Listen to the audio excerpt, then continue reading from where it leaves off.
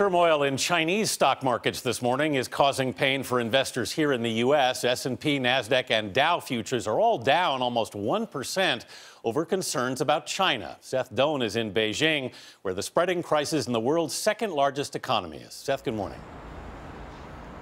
Good morning. The plunge in the stock market here has nothing to do with Greece. It is not linked to that, but it could be overall quite destabilizing. It's a domestic issue here in China, so concerning to the ruling Communist Party that they have injected money trying to shore up investors and try to stop panic selling.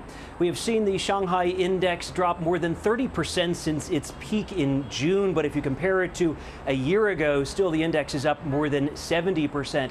The stock market here in China makes up a smaller percentage of the overall economy than the stock market in the United States, for instance, so these massive swings have less of an overall impact. The investors are different too.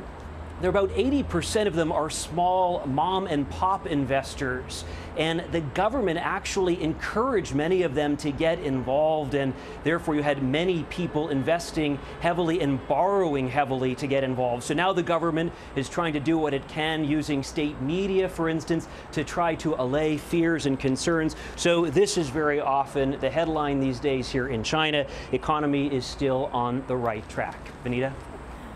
Seth Doane in Beijing, thank you. It's really interesting to see the Chinese take on it, of course. But I mean, if the Chinese economy continues to spiral, it's going to make Greece look like a sideshow. There are 1,300 companies that have stopped trading in China right now. And as Seth pointed out, there are 90 million individual investors in the Chinese market. That's a huge chunk of the middle class. This is real pain for them right now. Well, and that's the important group to be looking out for, too.